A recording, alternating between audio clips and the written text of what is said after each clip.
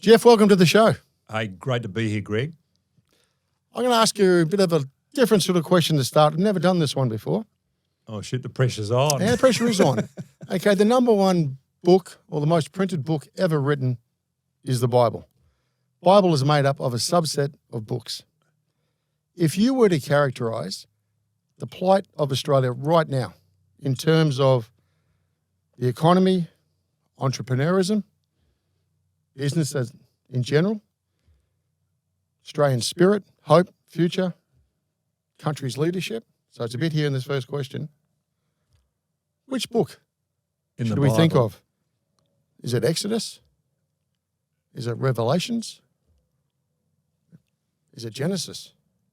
Geez, hey, Greg, you're putting the pressure on. Yeah, I was brought up one of 6 children, a good Catholic boy. Yeah, me too.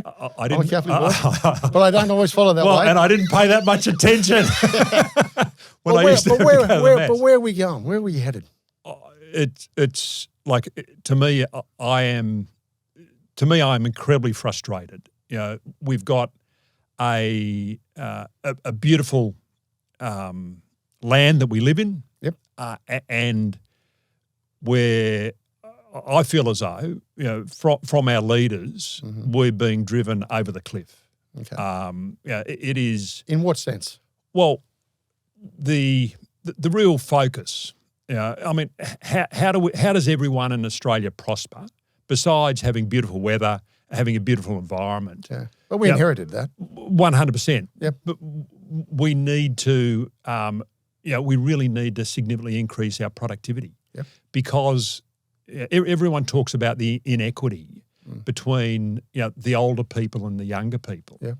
And which this, you know, the recent budget was meant to deal with. Unfortunately, it didn't. And what we've got is we've got wages growing at, say, 3% per annum. Yep. And we've got house prices, you know, growing at, say, you know, 7% per annum. And people borrowing a lot of money and probably going to negative equity too. 100%. But every year, if you're a worker, every year you don't buy a house, you're 4% worse off. Right. Okay. So you actually, what we need to do is we need to improve our productivity, so the worker, so the people employing the workers are happy to pay them greater than what the house price growth is. Yep. Yeah, and that's we've got to fill that gap.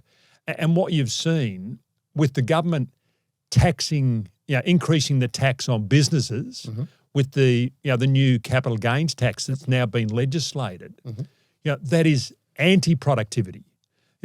We've lived. Why is it anti-productivity for those out there who want to understand this a little bit better? Okay, so if you increase the tax on something, then the demand for it tends to drop. Correct. And we've seen that in the recent budget, the increase in tax on the increase in the capital gains tax on houses. House prices are falling. They fell 3%. Last pretty much across the nation too. Correct. In all states. Yeah. But is that just a knee-jerk reaction, or do you think that is going to be that's a function of high taxes. Yep. What they try to do with tobacco, they tried to increase taxes so people smoked less. Unfortunately, we ended up with the black market there, and that's a total problem in itself. But Mr. Albanese came out and said that drop was terrific because that's part of his big plan, isn't it? Because the younger people are going to buy the houses now, But let's Geoff. put that to one side, the houses. But what they've also done is they've increased the taxes on businesses. Yes.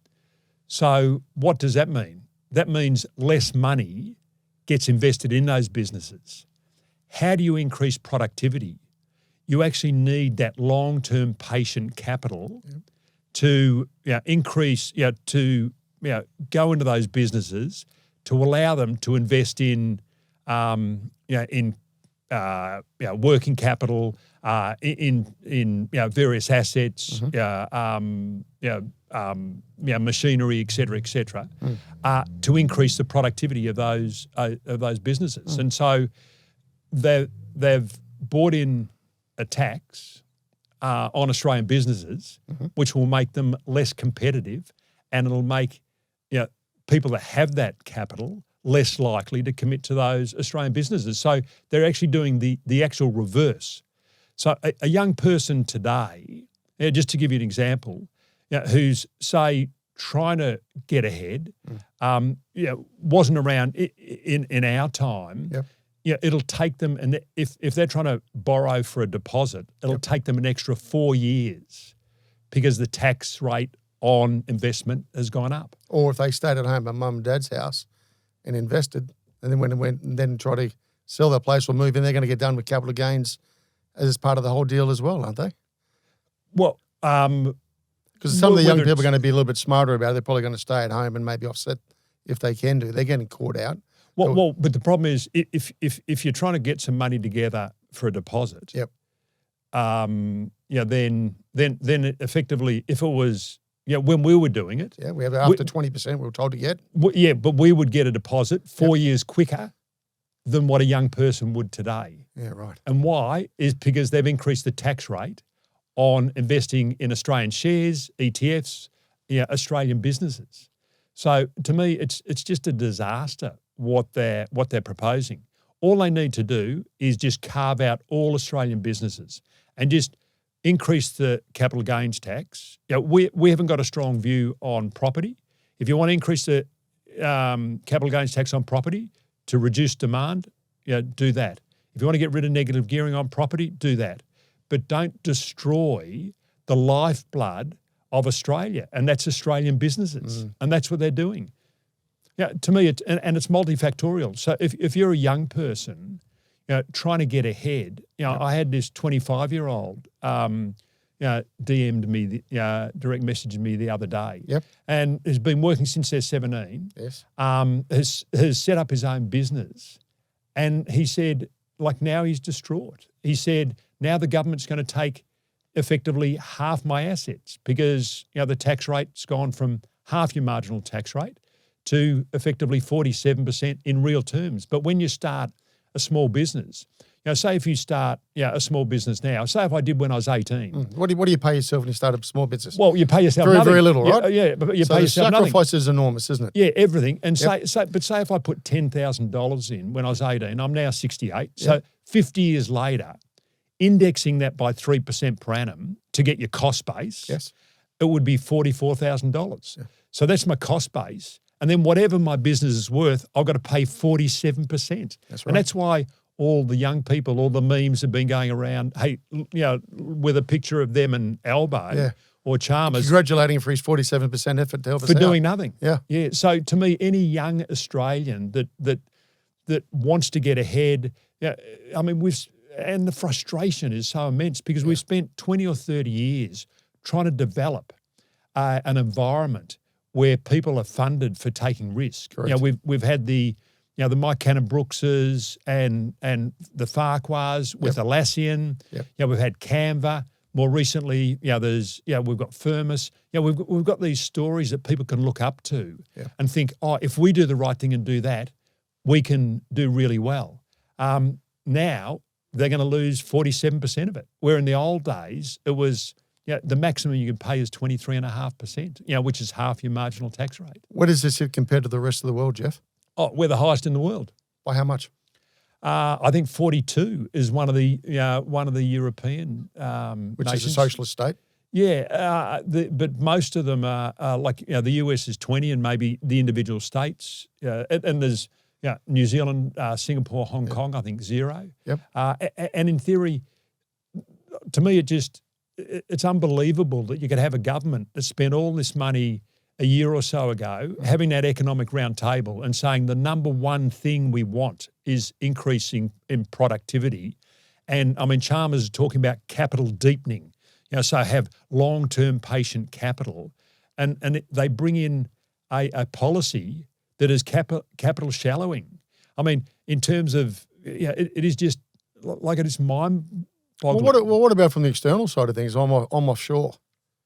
It's fundamental sovereign risk, is it? Well, they've just generated because I don't have to put the money in that little place down at the bottom of the world called Australia. Well, it can go over somewhere else. Correct. And also, these people seem to be changing their mind so regularly Oh, I mean, they wouldn't last 5 minutes. and in who corporates. trusts them? And on that example, like soon after the budget, I ran into a gentleman. He's got a small technology business in Australia, and he had been negotiating with to bring someone down from Singapore, an Australian, come back to Australia, really smart guy as CEO, and he was going to give him 5% of the company, to incentivise him to come and so he had some skin in the game. Yes. Then the budget came in. And now he's got to give him 10% of the company because the tax rate has effectively doubled from 23.5 to 47. He said, I can't do that. The other shareholders won't let me. So he doesn't come down to Australia. And then I was talking to another young person that's trying to get ahead. And they said, look, what do I do? They're in their early 30s. They're just newly married. They're getting some money together. And I said, well, the first thing you do is you put it in your primary place of residence. Mm-hmm. And the second thing is you put it into superannuation. And they said, look, unfortunately, we haven't got enough. We've got to get money together to get enough for a deposit. Yep. So they'll be disadvantaged, as the example I gave you before. Yep. Like they're 4 years behind what everyone else had before now. And then I said, oh, well, if you haven't got enough, then you put it in your super. And they said, well, in 35 years' time, how can I trust the government? You can't. Not to change rules. And like, how bad is that? Where a young person just can't, like, to me, trust has been lost. It's like, it nearly breaks your heart as an older Australian. And the terrible thing is, what impact has this budget had on us? Nothing. The boomers, like, we're all grandfathered. Yeah, okay, but if I am a little bit more older, I am trying to accumulate wealth, and maybe I have accumulated wealth, how do I pass it on to my grandkids? Well, without necessarily, I'm going to be taxed here in some part. Well, the good thing is they haven't brought in the death duty yet. That's yet. Yeah. And we know that like it's common knowledge in the Labor Party that if a certain person becomes treasurer, not the current treasurer, another one, that number one on their list is to bring in inheritance tax. Yeah. So I struggle with you, Geoff, just on this is basic economics 101 at university. It's talking about growing the country. It is. I.e., you provide an incentive for business to take risk. Business, what do? They go and hire people. They give jobs. People earn money. People pay tax of that money. The government can take that money and invest it or spend it or whatever they're going to do. They just completely inverted the whole thing. But you're 100%. Like, it's economics 101. So why are they getting it so wrong? Who are they listening to, Geoff? If you increase tax, then demand drops. Right. So if you want more companies in Australia and you increase the tax on investing in them, then obviously you're going to have less companies. Correct. And hey, I only did first year economics. I did a maths and science degree, but I did first year economics. I understand that. And then I was talking to someone about it the other day. They said, well, unfortunately, Jim Chalmers and Albo, they didn't even do economics. No. They didn't do first year economics. And maybe that's the problem. I don't know who they're listening to. Or is it the fact is, this is, they want. Well, there's an agenda here in some part. Let's call it for what it is. Exactly. A particular agenda. Yeah, but okay, but you can do your 101 economics. The other thing which you must have learned during that period was called supply and demand. Correct. Okay, so how does all this have an impact on intergenerational house building?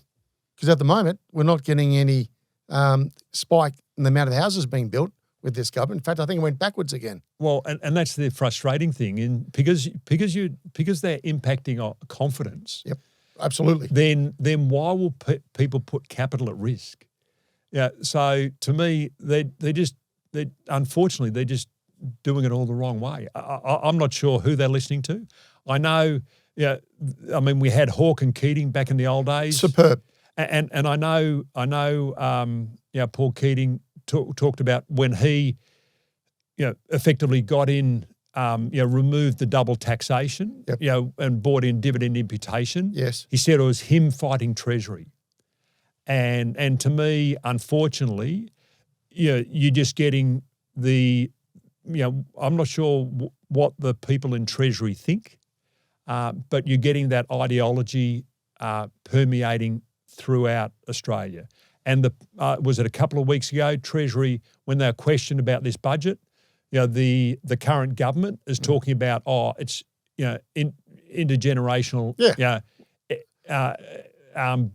becoming more equitable, which is a lie. Yeah. It's not. It's also a word thrown around a lot, equitable, and equity. Exactly. I think it's very abused in this country. 100%. And then someone from Treasury was asked that question. Why did you do this? Why did you increase the tax? The capital gains tax, which an insane tax on businesses, is because we wanted to raise more revenue. At least they're honest.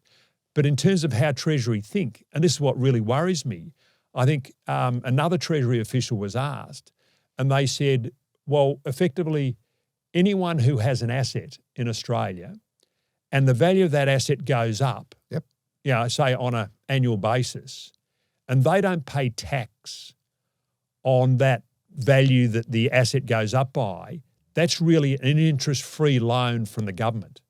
Oh, terrific of them. Now, I mean, this is what that's the thinking, is it? If that's their thinking, right? This is what we fought against a year or so ago. The taxing on unrealised gains. That's where that ridiculous, or as Jerry Harvey said, stupidity of the highest order comes from. So to me, it is incredibly concerning. Well, I'm a headhunter, so all day, every day, I'm talking to chairs, CEOs, CFOs. It's fever pitch out there at the moment. The absolute angst against this government. No consultation, no common sense, and basically 101 planning. And the reason I called it, I started that question with the word exodus.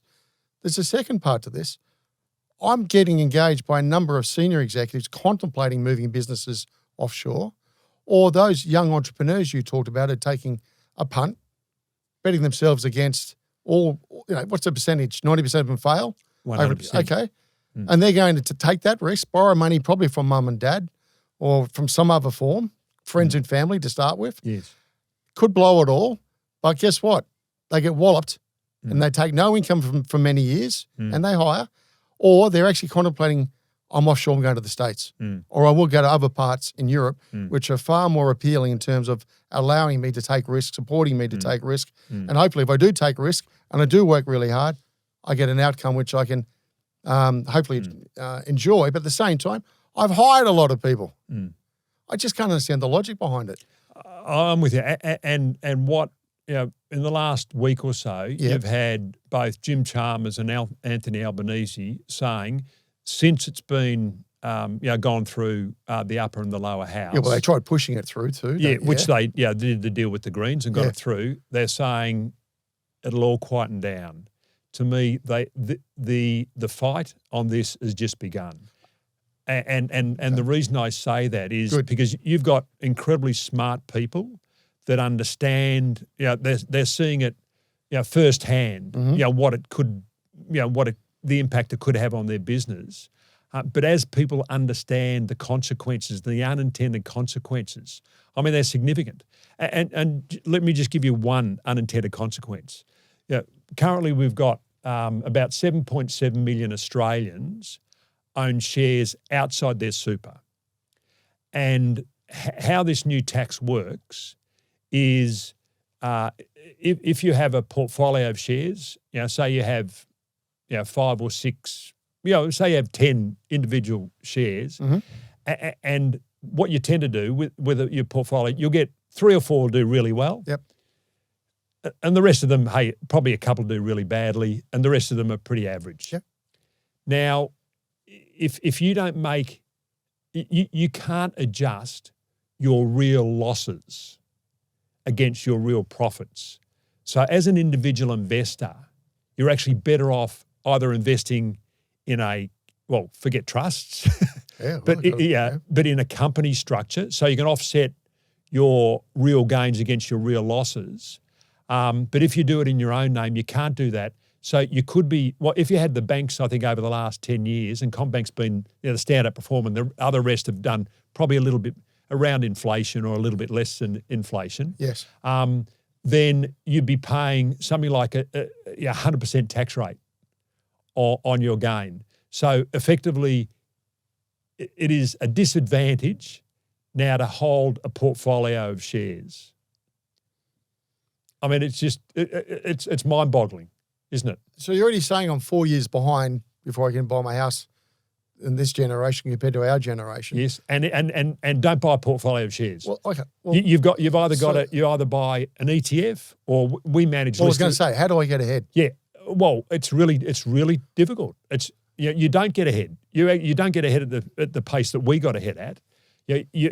Or you buy a listed investment company. That's what we're married. Or you put it into a pooled fund, and you probably only want one, because if you have a number of them, then if some of them just perform, they go up, but they don't go up in real terms, so you actually have a real loss, you can't offset it against your real gains.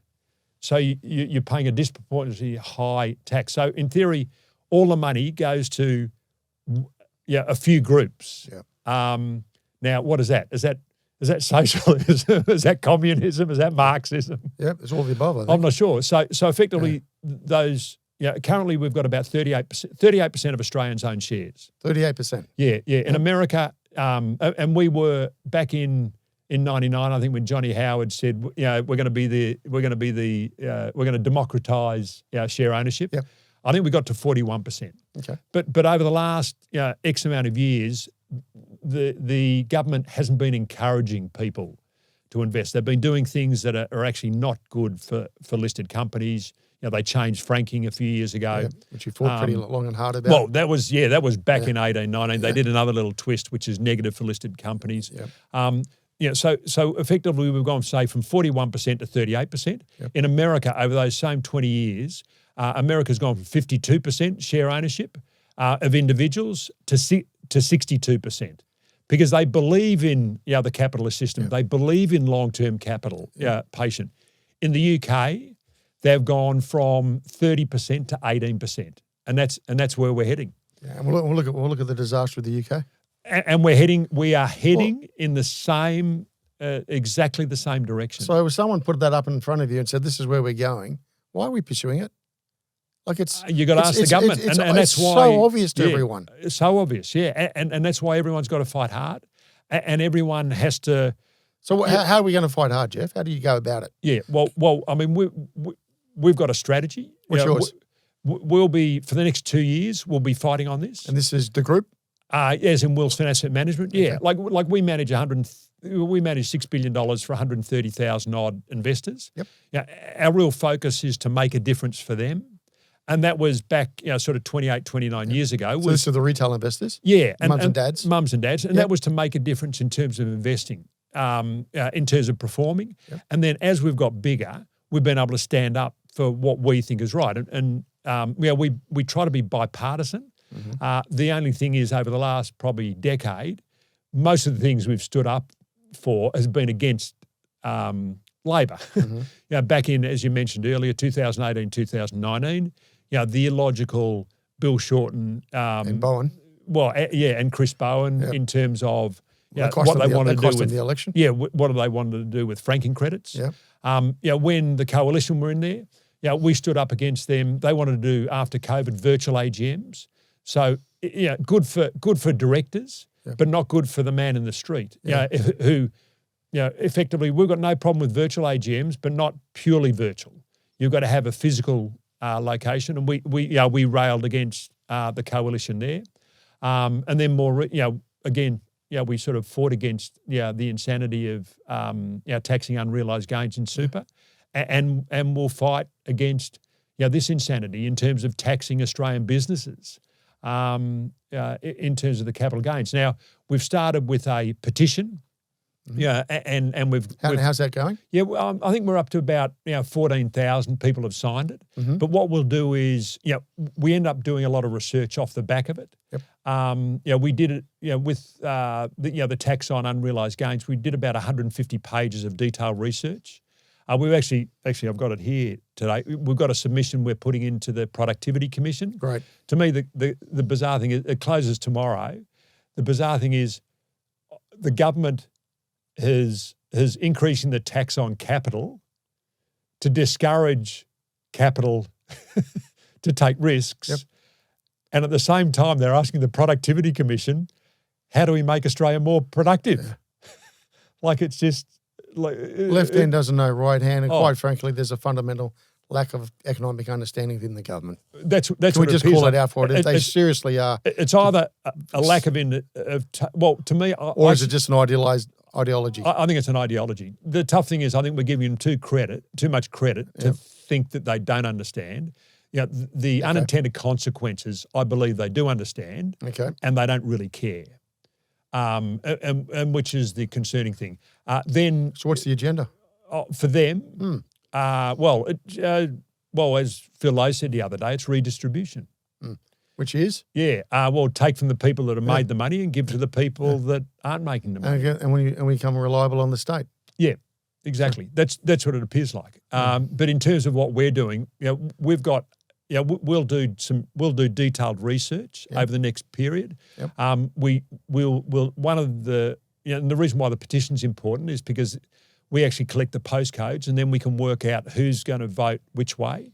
And we did this on the unrealised gains, which showed that Labor would have lost 29 seats and the Greens would have lost 1 seat. So 30 seats would have changed hands if that had occurred. And we haven't done it yet because there's been so much anger. Pretty much every day there's a new article about someone's getting negatively impacted. Whether it's the widow's tax, the death duty.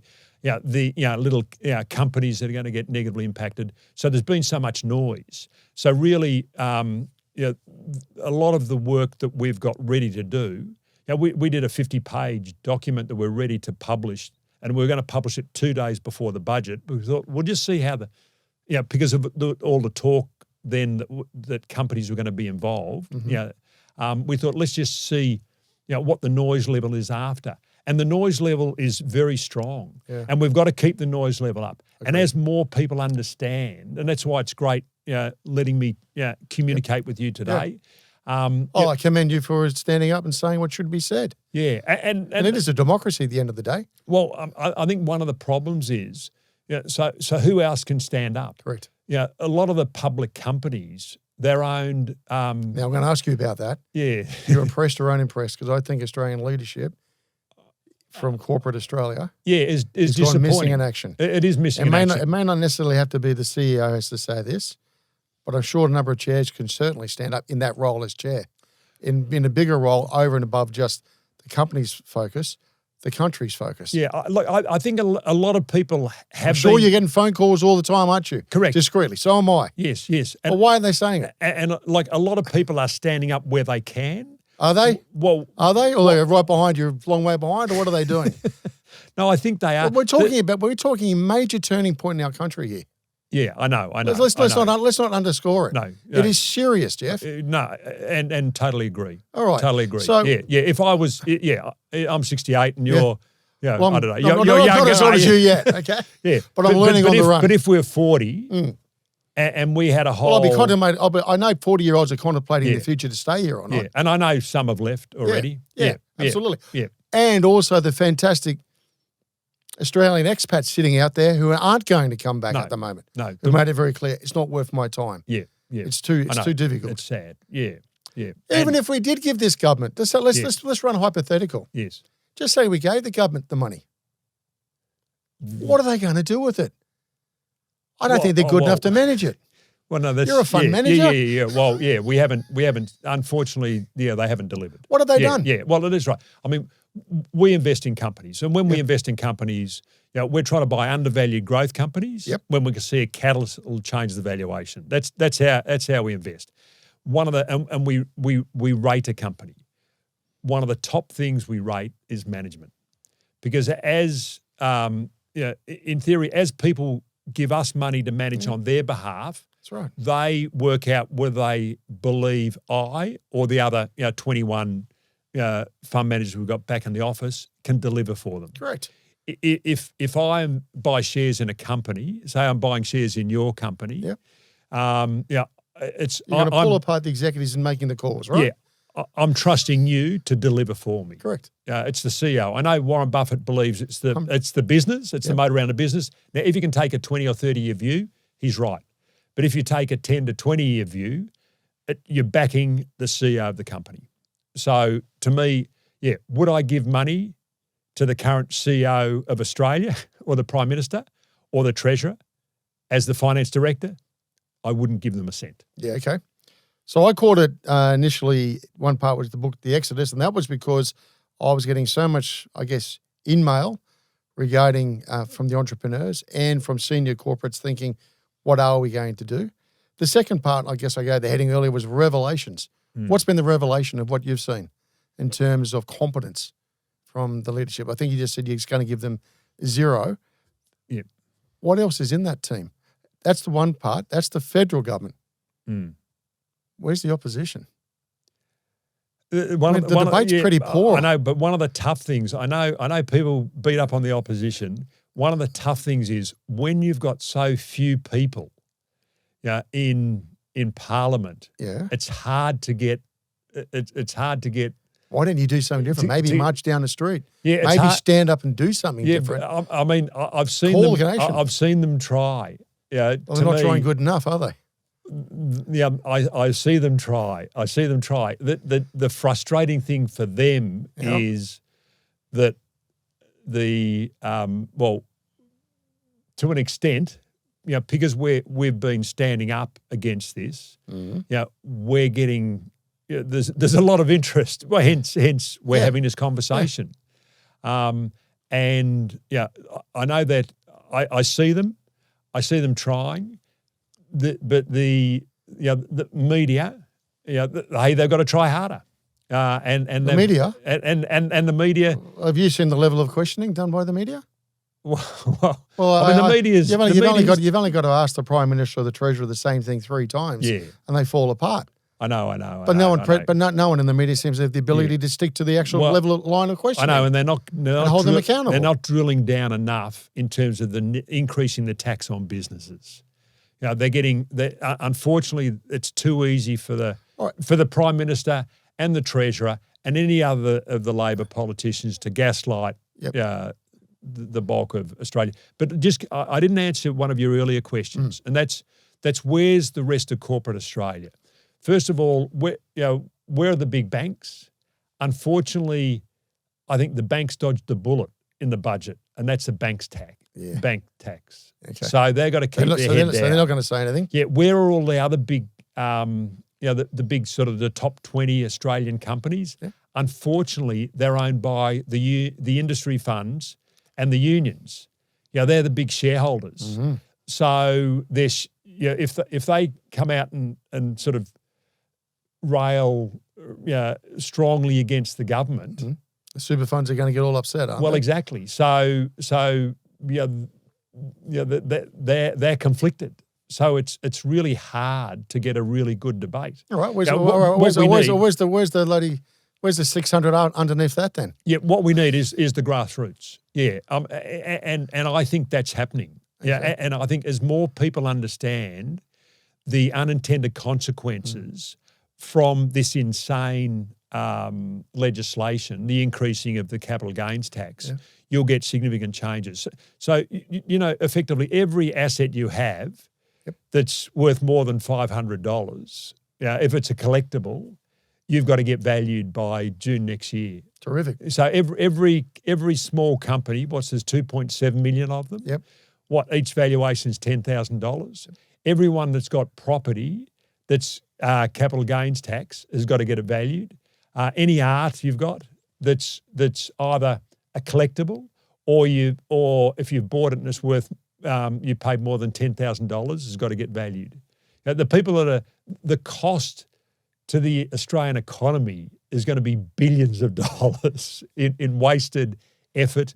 I mean, we're seriously talking about getting rid of dividend reinvestment plans because of the complex nature of it, because you're going to have to index. If someone buys a share and they go in a dividend reinvestment plan, then each 6 months they're going to get more shares, and so they've got to index every share they've got. And when they sell the shares, the government's been very sneaky, or the Treasury has, because say if you bought a share 10 years ago and you bought another share in a year's time, and you sold one of those shares in 3 years' time, so you had 2 shares, one you bought 10 years ago, one you bought in a year's time.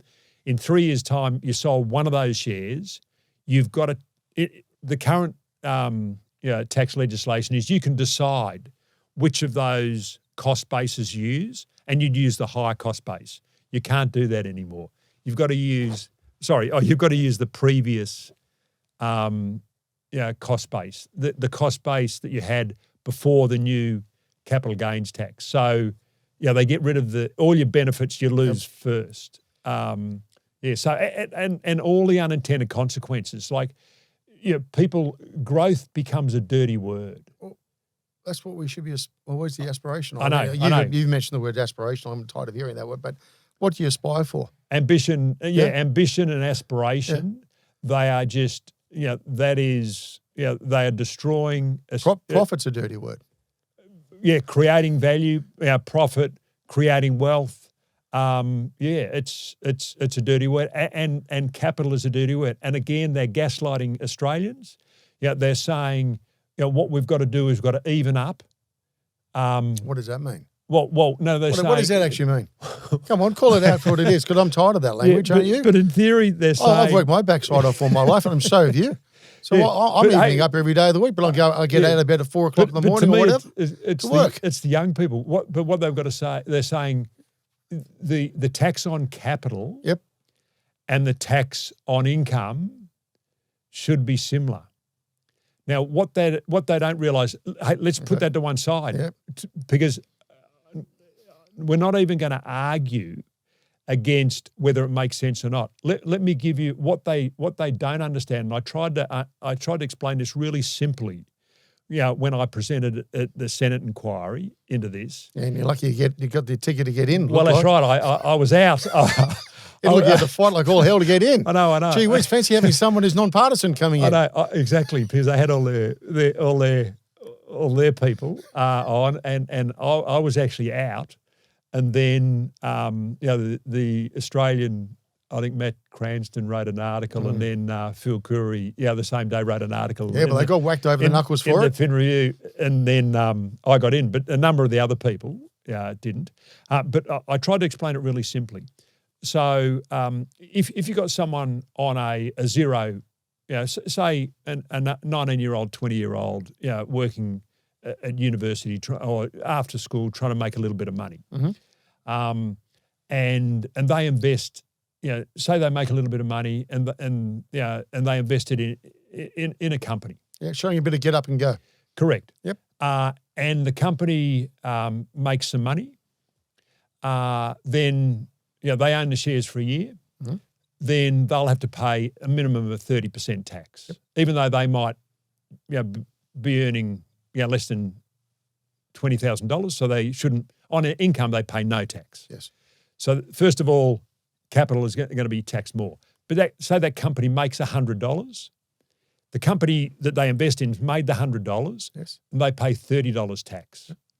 And then the other $70 they can pay out to that individual as a fully franked dividend. Yes. So that individual gets that $70. Paul Keating got rid of the double taxation. Yep. They claim the franking credit, so they get the $100 back. So effectively, they're a zero taxpayer, and they're going to pay zero tax on that dividend that they got. Say that same company made the $100 and they didn't pay out that $70 in a dividend. They just kept it in the company, and the share price went up by $70. So a capital gain. Exactly. Yep. So the 30%'s already been paid, and they've made the $70 they get, but they've got to pay 30% tax. So 30% of 70 is 21. Yep. So that individual, if they get it as a fully franked dividend and they're a zero taxpayer, they pay no tax. If they get it as capital, they pay 51% tax. The maximum tax rate is 47. That's on a zero taxpayer. Yeah. And on a 47% taxpayer, the old system, you're paying 46. On income, you're paying 47. You had to top it up if it was franked. If it was capital, you're paying 46.45%. So your capital gain was slightly less. On the new system, you're paying 62.9% on a capital gain after the company's paid the tax. So they're all significantly higher than 47%. So to me, again, it's gaslighting. They haven't done the correct numbers. The why would you invest in capital? Capital gain is a dirty word. As an individual, that young person, they're better off not buying something and owning it for a year and having it as capital. They're better off being a trader. Yep. Because if they're a trader and they're a trader for tax purposes and they make the same amount of money, then they don't pay any tax until they get over $20,000. Yep. So to me, in terms of the unintended consequences and the change of behaviour, that's just one example. So then individuals, growth becomes a dirty word. Mm-hmm. So you don't want to invest in companies that are going to grow. What you want to invest in companies that are only going to grow by inflation. Oh, right. Because then you pay no. Right. So if you're going to make 10% per annum, you want to make 3%. You want that 10%. In the old days, you'd want that 10% to be capital growth. Yep.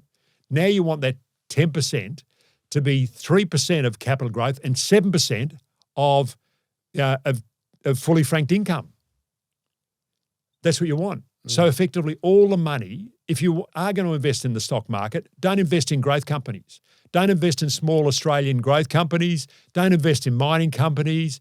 What you've got to invest in is companies, big old companies. Mm-hmm. They're going to pay the big oligopolies or the duopolies that are going to grow at, say, inflation. So you pay no tax on the capital gain and pay you a big fully franked dividend. Who are they?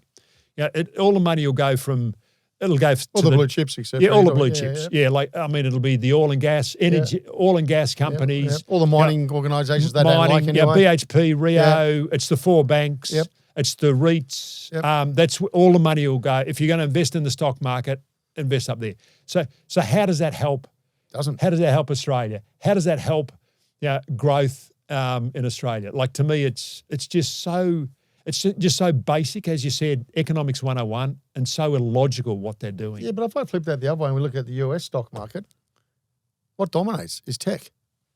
Because why is that, Geoff? Because you're incentivized. That's right. For growth. Correct. People want a growth. They want to have a growth. Why is share ownership gone from 52% in the US to 62% over the last 20 years, where we've done nothing? In the UK, it's nearly halved.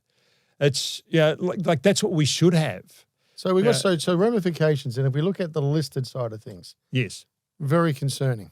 Very concerning. So maybe the big guys may not say too much at the moment, Geoff. Well, the big guys, there's not a lot of incentive for them to say. Well, the money goes to the big guys. Correct. Yeah, Thanks for coming in. Yeah, like effectively, you look at the Australian stock market, valued at about $3.3 billion.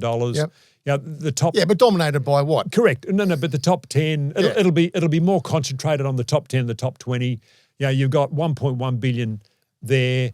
All the mid and small cap companies, their cost of capital after this, it's not happening today because it actually doesn't come in till 30th of June next year. Yep. So people will be working out, they'll be sitting down with the financial advisors, and the financial advisor will say, you've got a portfolio of 10 shares, sell them all. Mm. Go and put them in one of Geoff's funds. Like the bizarre thing is, we are major beneficiaries. I'll give you credit for that. So you've actually said you are going to benefit from major this. beneficiaries. And yet you're fighting it like tooth and 100%, because it's wrong. It's just wrong. To me, for us, this is nearly as good as when Paul Keating brought in self-managed superannuation and the benefits that as a fund manager we've got. Yep.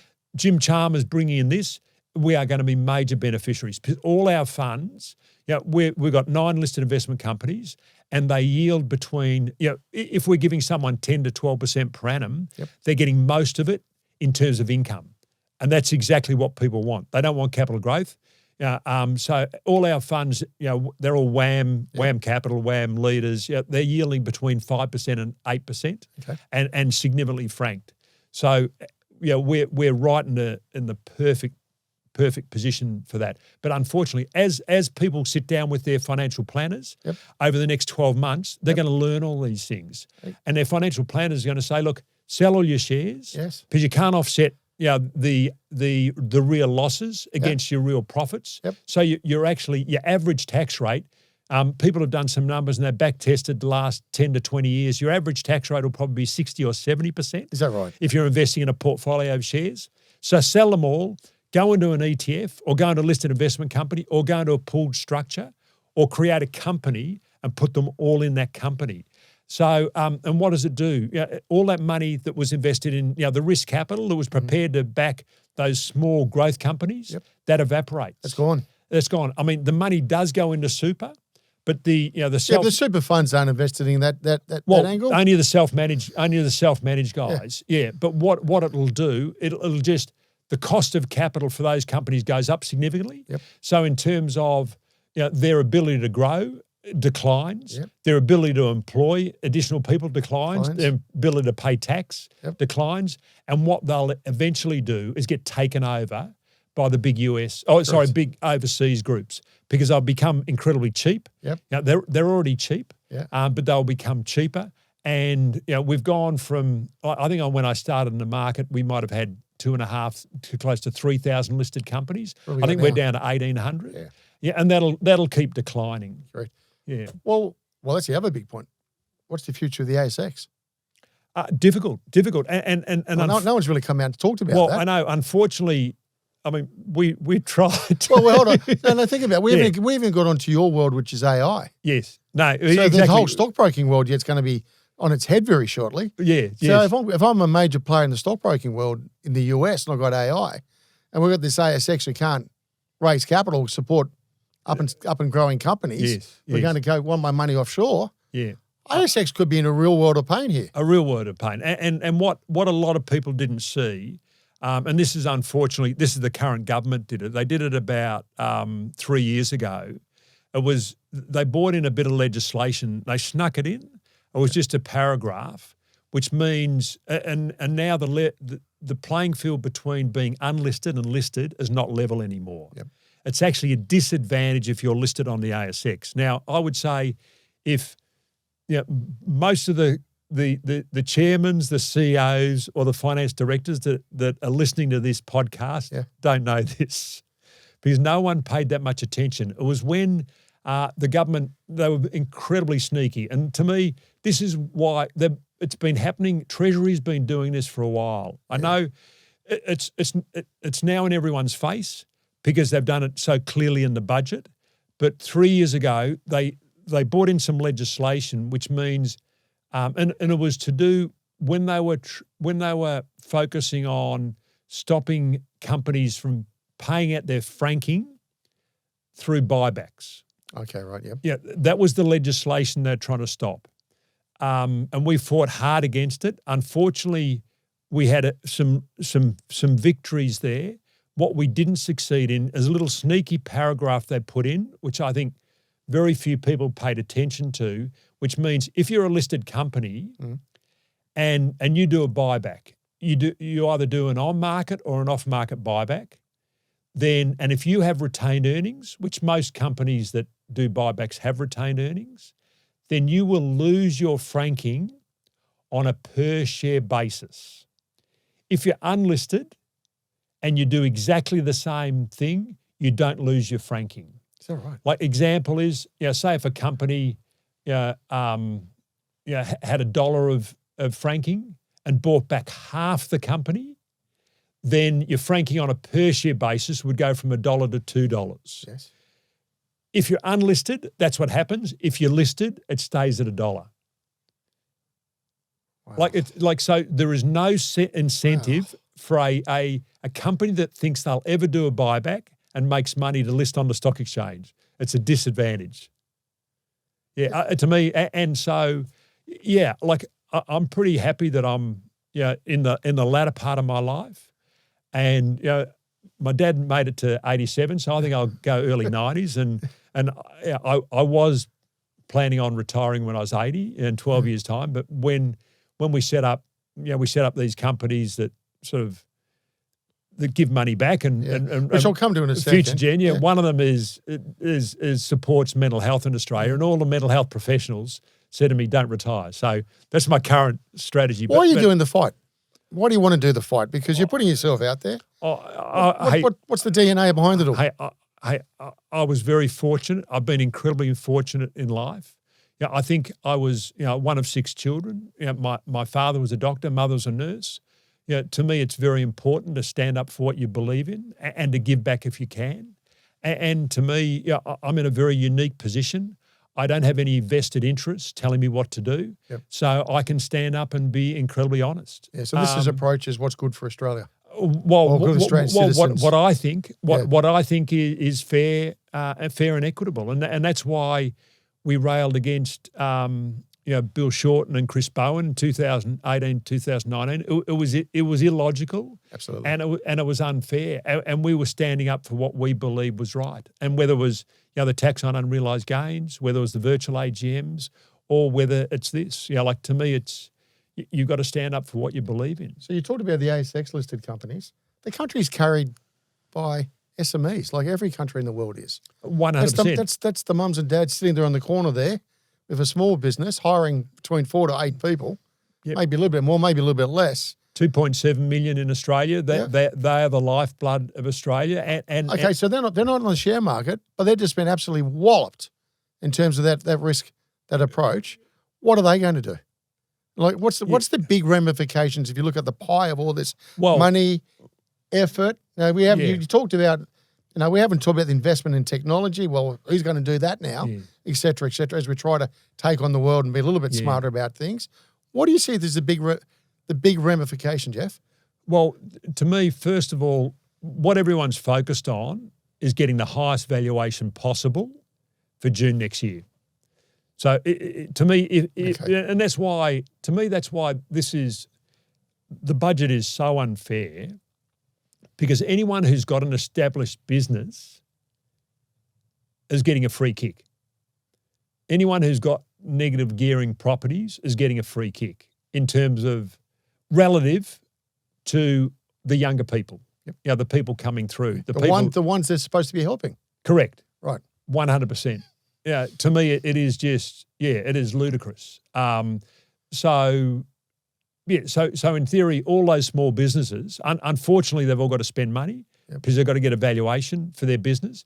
And the longer they've been going, obviously, the higher the valuation they can potentially get. To me, the real challenge is for the people that have just started their businesses. Yeah, and any bit of money you make, isn't that part of capital gain? 100%. You're going forward from June next year. It's outrageous. Right. Just the basics on that. I know.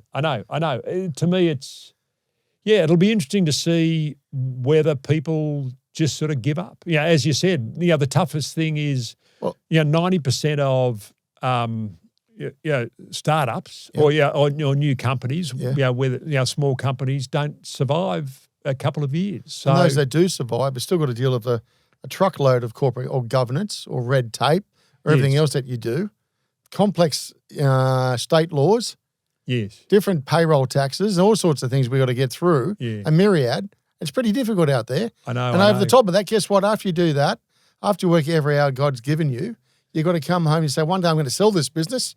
I'm going to make some money after sacrificing, probably not taking much my whole life. Yes. And guess what? That gets walloped at 47%. Yeah. Terrific. Great, something to look forward to. I know it's tough. I don't know how Anthony Albanese or Jim Chalmers can sort of look people in the face and say, look, we're going to do that to you. Who's coming in behind? You can't do this by yourself. So what's to me, how are you going to change this? How are you going to change it? Can you change it? To me, can you change it? 100%. Like let's go back. With franking credits back in 2018, 2019. Yep. They announced it March 18, and the lack of consultation that time as well. Yeah, exactly. That's right. Same playbook. They could have quite easily, and this is before the election. Yep. They could have. Well, they blew that as a result, right? Because you did exactly. They could have quite easily. There could have been a result. Yeah, there could have been something that worked for everyone. Yep. That was 1 million people that were impacted from it, and eventually it was. So 1 million people were impacted, and probably 2 or 3 million understood what it meant, and that was when the phrase the retirees tax. That's right. Really took off.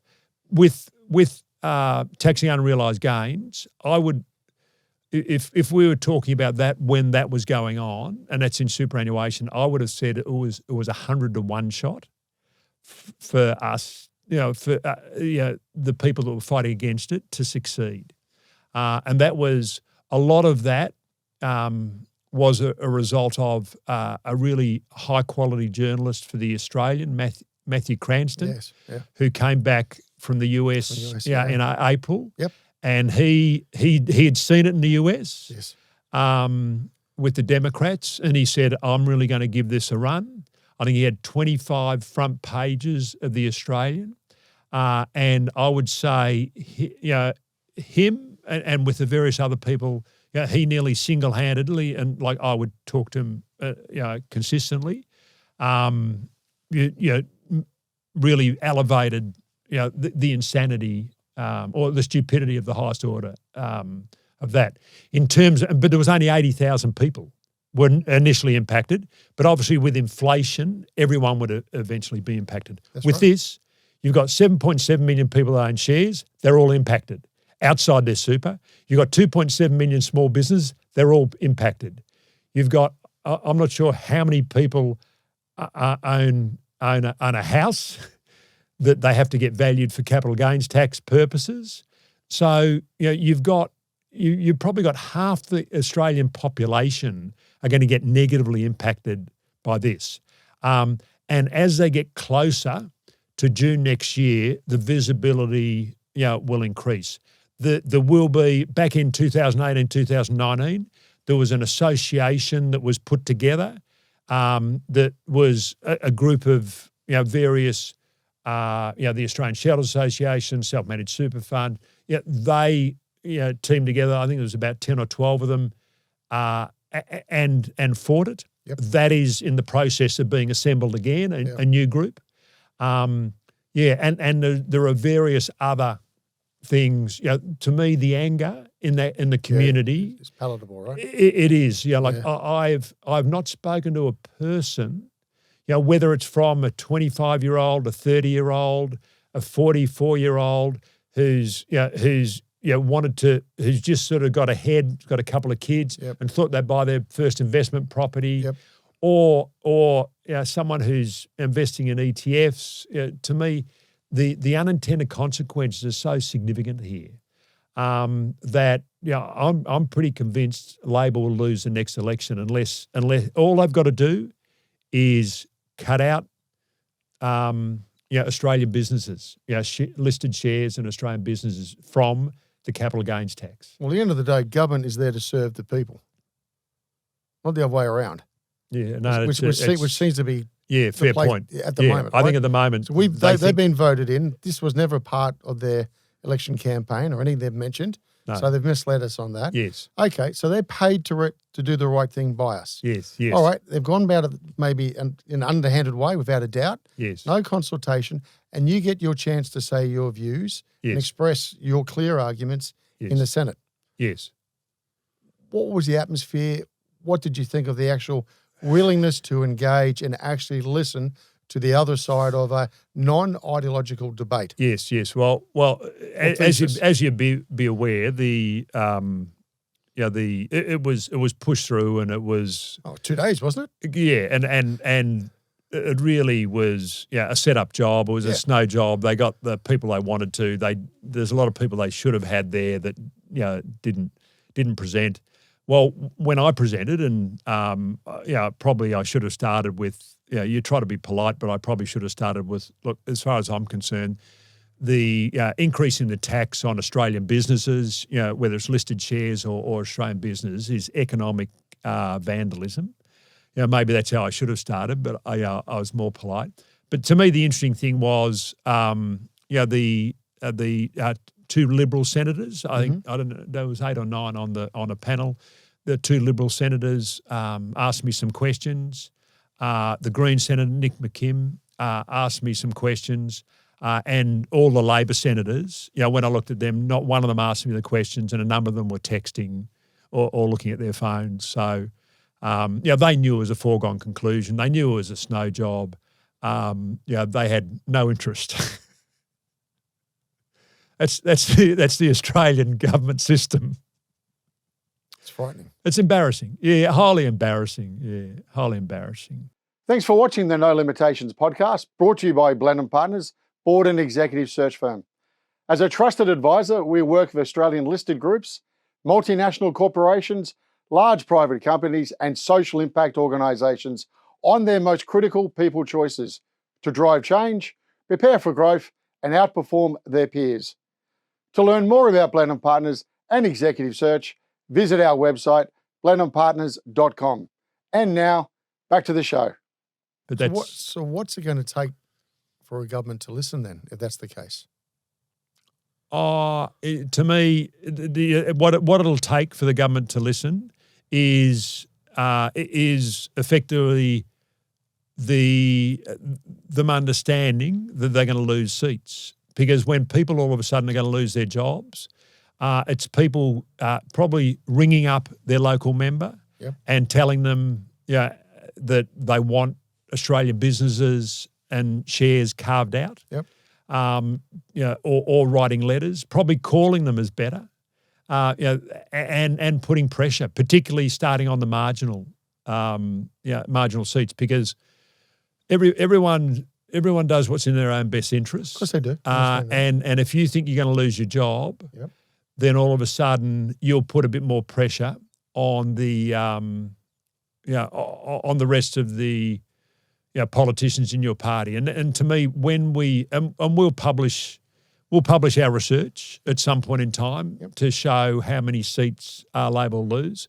But I think when we published our research on unrealised gains, the taxing of unrealised gains, and it was clear that they'd lose 29 seats. And that only impacted 80,000 people. That pressure was brought to bear, and that's unfortunately it's politics. It's a very dirty game, politics. To me, I know you're used to the corporate world, and I enjoy the corporate world. But first and foremost, I'm an Australian. Oh no, I accept that. I accept accept that. that. My country and everyone has the right opportunity to do the best they can. 100%. But the corporate world, to me, it's like Queensberry rules. Where in the corporate world you punch above the belt. Where in politics, and I was dragged in back in 2019, I think Bill Shorten, sort of dragged me in, and I've been dragged in both. I think Jim Chalmers brought me up in question time last week. Oh, he did. You used my name. I think Anthony Albanese sort of said something, made some rude comments, but that reflects badly on him just before the budget. So politics is cage fighting. It's it's a dirty game. But what I'm struggling with, just again back to 101, you're a Labor government there to help the workers. Okay, so bear in mind what's happening in the world at the moment. So in Australia, we got low productivity. Yes. Okay, we have handbrakes all over us in business by all the red tape and the governance we're going about. Yes. Now the other big play which is going to happen, and we're behind already on this, is AI. Okay. And everyone talks about AI. Guess what's going to happen? Greater efficiencies. You're going to be now really looking at AI at a faster rate to cut costs. If you cut costs, you cut people. They're just increasing the speed of unemployment. Probably because the patient capital, they're increasing the cost of patient capital. Yeah, 100%. So in theory, if you want to increase your productivity, but if we flipped it your way, I'm going to take a risk. I'm going to grow business. And I'm going to employ. Correct. I'm still going to use AI, but I've got more business to hire people. Correct. 100%. Hire people, pay wages, pay taxes. So where's this cut? But pay the people that work for you more. If you're more efficient, correct, you can pay them more. So where's the future growth going to come from then? Outside of those top couple of companies are going to get the capital inflow that you mentioned. We're not going to get it because we've been in a per capita recession, for the last few years. So that's the big sort of sleight of hand with the immigration. You keep you bring a million plus people in a year, and then to me the funny thing is you see retail sales growth, and say if retail sales growth is 1% or something like that, and you think, oh, geez, that's good, or a couple of percent, and then you adjust it for the additional people that have come into Australia over the last 12 years, over the last 12 months. Months. And you realise there's virtually no growth. Correct. And unfortunately, we've been in a per capita recession for the last few years. So there has been no growth. To me, it's So are we borderline stagflation? Probably, yeah. Like if we don't have the immigration, then we're in recession. On that positive note, it can all be turned around. Like to me, the good thing is we've still got a bit of time. To me, unfortunately, the gentleman I was talking to you about earlier, who He's packed the bags and going to go back. One somewhere other else. one who was working in Singapore. There's jumping on the planes going that way. Yeah, unfortunately, was going to come down here. He's not going to come now. Well, why would you when you're in Singapore and you're paying? Yeah, they incentivise business to take risks over there. Yeah, and to me, it's the damage isn't terminal at this stage, and I think, to me, I think the government is delusional. Yeah. If they think that this isn't going to result in them losing power at the next election. Well, the last book I said was Genesis. So what have they actually created then? What have they created? I'm just trying to think of all the cost blowouts. Whether it's unbelievable. I know it's Malcolm Snowy Mountain. Cost blowouts, NDIS. Yes, to me, it's. I mean, they've significantly the bureaucracy has significantly increased. The tax that we pay is significantly increased. Which part of the economy is employing people? Yeah, well, that's right, government. Yeah, that's. And does productivity come from government? No. Unfortunately not. I mean, this is pretty fundamental stuff you and I are sitting here talking about. It is, yeah. You probably did 3 years of economics. I only did 1. Yeah, but hey, to me, you don't have to work. It's pretty easy to work out. Yeah, but now, who am I talking to? For the people out there. So you described yourself as someone who built a career at one stage on sliding doors and movements and an element of chance, which is pretty fascinating, bearing in mind what you've built, what you represent. For the benefit of the audience, can you just take us through a bit of a story? Young man out of Melbourne, is that correct? Yeah, young man out of Melbourne. Yeah, did a science degree at uni. Yeah. I mean, didn't pay attention at school very well, particularly the last year at school. And like these days, as I mentioned earlier, you got crypto and you got markets. The market I was more interested in was the horses back then. Okay. I was going to, at one stage I thought I might be a bookmaker. I like the odds, like understanding the odds and working out risk. Ended up doing a science degree at uni. Got a job. Took a year trying to get a job. Yeah. Eventually, luckily. Didn't know what you wanted to do? No, had no idea. Had no idea. Failed HSC. Went back and in those days, if you failed English, you failed. Yeah, okay, yep. So I did all right. My collective mark was a pass, but because I failed English, I failed. I was sort of, as someone said, a little while ago, someone was saying about, there was a spelling error, and I said, "What do you want me? Do you want me to be good at maths, or do you prefer to be good at English? I'm investing your money." And I said, "I prefer you to be good at maths." And ended up went back and repeated, but then got into uni without English. They had, in those days, they're a bit more, La Trobe Uni, they're a bit more open-minded, and then ended up doing a science degree. Looked around for a job, didn't know what to do, but my dad was a doctor, as I mentioned earlier, but he was interested in the stock market. I think it's sort of a scholastic endeavour for doctors. They're highly intelligent, but also to try to work out how that thing works. I've worked out how a human works. Yep. Let's work out how the stock market works. Yeah, okay. And so Dad was always interested in the market. So his father, owned shares. And so I got interested in the market and then looked around for a job and was lucky enough to get a job working with a fund manager. So, Scottish Amicable back in 1980, that was my first job. Worked for a fund manager for a couple of years, then realised that all the people with the personality were on the stockbroking side. Yep. So it's sort of, they said... Well, that means you've got to drum up business. Well, I was in research. Okay. So analysing companies. A great way to meet management, analyse companies, and sort of, that was the journey. Was stockbroker for quite a while, and then had an opportunity. Tim Hughes, who used to run Reg Grundy's money in Australia, he was one of my corporate clients, and said, "Look, why are you sort of doing what you're doing?"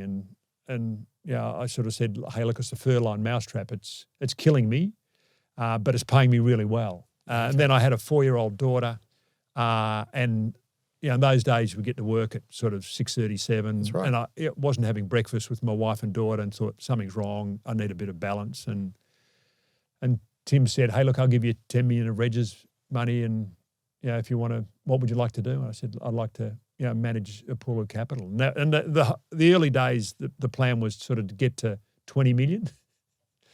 And then we surpassed those earlies. And plus, it was, in those days, it was sort of have a portfolio of things. There was a book called The Empty Raincoat, and I think that talked about how things would develop. You'd have a portfolio. So I thought, okay, I'll write a book, have a little funds management business, go on a couple of boards. I went on a couple. Life would be good. Yeah. We went on a couple of boards, but then sort of started writing a book with Matthew Kidman, who was then at Sydney Morning Herald. We ended up doing the book, Master of the Market, but that took a while. Matthew came and worked for me, but then the funds management business, which was sort of, let's get to 20 mil.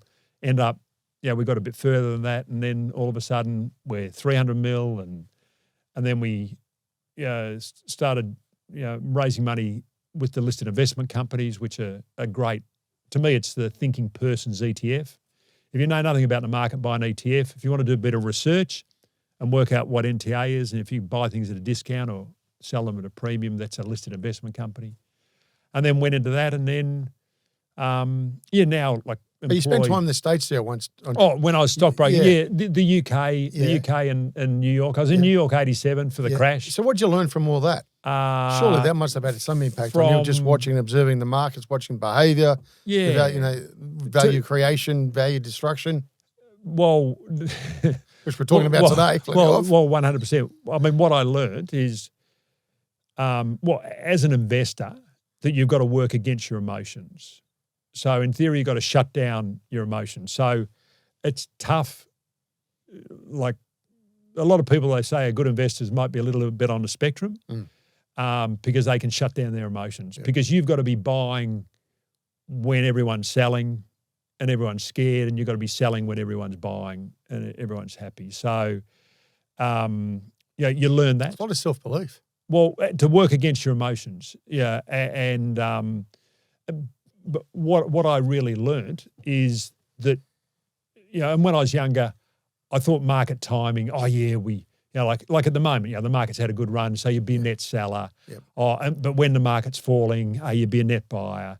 I was sort of bigger on, trying to, work out tops and bottoms in markets. And then what you go through a lot of markets and you see a lot of data. And I think if you look at the US market over the last 20 years, and if you missed the best day, just one day each year for those 20 years, so 20 days, just the best day, your return over that 20 years is zero. If you miss that day. If you miss that one day, 20 days, but the market's done about 8 and a bit %. Yeah, right. So in theory, in terms of market timing, it's not market timing, it's time in the market. And that's what I learned. So obviously you can, if you're close to the market, you can be, you'll be more of a buyer when everyone's sort of telling you, it's a disaster. Or, at the moment, when the market's done pretty well, you'd be a net seller. Yep. But really, you want to stay invested because over time, the market delivers for you. So what changed, Geoff? You went from being an employee Obviously, Oh. you got to approach them. You talked about that. Well, a little bit. no. It was having lunch with Tim Hughes, who was a corporate client, and he said, "What do you really want to do?" And Did it was you just telling me 5 minutes ago you hadn't seen your wife much. You hadn't seen your yeah. your little daughter, and you're going to go. I'm going to leave being an employee. I want to be balanced, have balance in life. What? It was balance. And set up a business. Well, yeah, but to me, I wanted to do a book. You done enough homework about the time? No, do a bit. But I was only going to have a really small business. Oh, okay, right. See, RG Capital, I was going to get 10 million from them and get another 10 million. Okay. And then I only had 20 million. So That was it. Yeah, that was the plan. Okay. And then go on a couple of boards, but then when I was writing the book, Matthew Kidman, who's then, he's another fund manager, he's a journalist at the Sydney Morning Herald, he's their business editor. I said, do you want to write a book with me? He said, yeah, great. But then he wanted to leave, so he was looking for a job. And I said, hey, don't go and work for them, come and work for me. Yep. So then there's two of us. And then all of a sudden, we've got a little bit of a business. Oh, look, let's grow a little bit. And people like growth because, if you're not growing at 10% per annum, in theory, you're going backwards. Yep. So then we grew a little bit. And then, I realised that, listed investment companies, I really liked, the contact with shareholders. What do you like about it? Oh, to me, we've got an incredible group of shareholders. We've got, and you just don't know who your shareholders are. We've got some of the smartest people on the planet. We've got some of the most senior people from a corporate perspective. But when you meet them, we do 12 monthly presentations. We get Sydney, Melbourne, probably get 1,000 plus. When you meet them, you don't know. One could have been a bus driver. Yeah. One could have been. But they're relying on you. Well, they are, but they all love the market. They all have views on the market. They've all got experiences. Mm-hmm. To me, you collect information, and to me, I really like that part of it. Yeah. Sam, what's the base now? It's 130,000 plus. Yeah, isn't it? about 130,000. Yeah, so I don't know them all. I don't know them all by name. Okay, no, that's right. What was the catalyst then? What, You've growing? You said, It just takes time. It one takes person time. come in, we did a little bit. We're catching up. We're informing them. We're representing them in the right light. Come on, you've picked up. Well, no, but 130,000 plus. Oh yeah. Why? But why? In theory, Why am I coming to you? Well, in theory, first of all, we had you start with a couple of shareholders. Yeah. And then we a couple to 130,000. Well, that's right. Yeah, And then we floated our first listed investment company. We had 2,000 shareholders. Mm-hmm. And then in the first 2 years, 35% of them sold. So we're down to 1,300. But then you realise why they sold, because they didn't understand exactly what they'd invested in. Okay. And so then what we realised is how important shareholders are and how important it is to communicate with shareholders. So, we've got 70 employees. Mm-hmm. We've got 21 people managing the money, and we've got probably about the same number of people that are marketing, shareholder engagement, so in terms of communicating with shareholders. Mm-hmm. And that's part of that's our moat around our business that Warren Buffett talks about. Yeah. Is our shareholder marketing engagement, because they own the business. We're only here if those it's they take the money, you're no longer there. Right? It's like the treasurer, Anthony Albanese and Jim Chalmers. Yep. They're there because we all voted them in. Yep. If they did something terrible, which they have, they should be voted out. Okay, and for us is. If we don't perform on behalf of those shareholders, and as our business has grown, first what is your performance track record? Oh, really good. No, come on, tell us what your performance. I think our longest. A large part of Australia is listening to this. Yeah. To me, our first fund, which is the Wilson Asset Management Equity Fund, I think over 29 years, that's done a little over 17% per annum. Per annum. Yeah. See, but I haven't been managing it for a while. Other people have been managing it. But that's our first one. And we had really good years in the first few years. I think the second year we're up 90-odd%. But we were very small then. And it's a lot easier to perform with a smaller capital.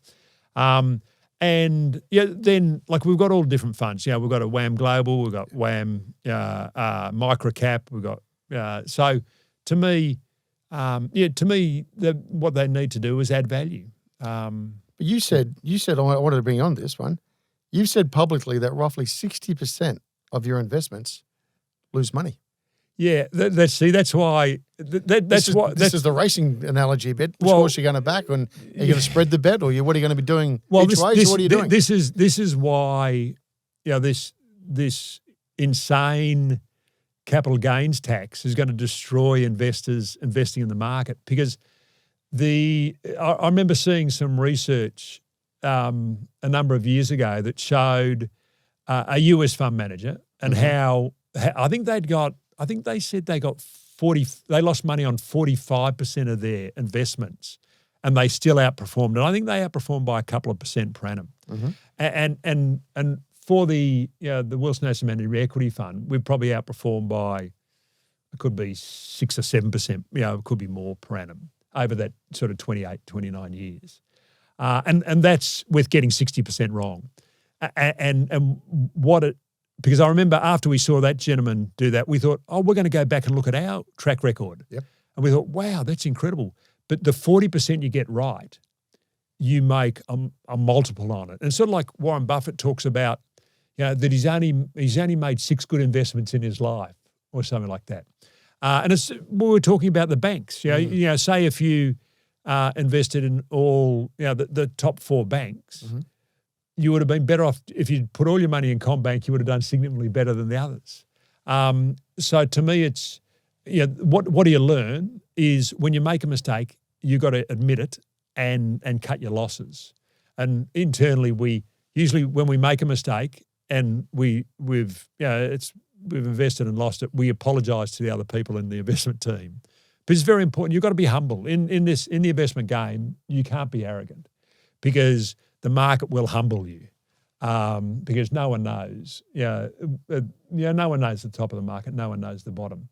But in terms of getting, say if when we did the research, 60% of our investments back then we lost money on, and 40% we made money on. But the 40% we made money on, you're making a multiple. Yeah, okay. And the 60% you're losing.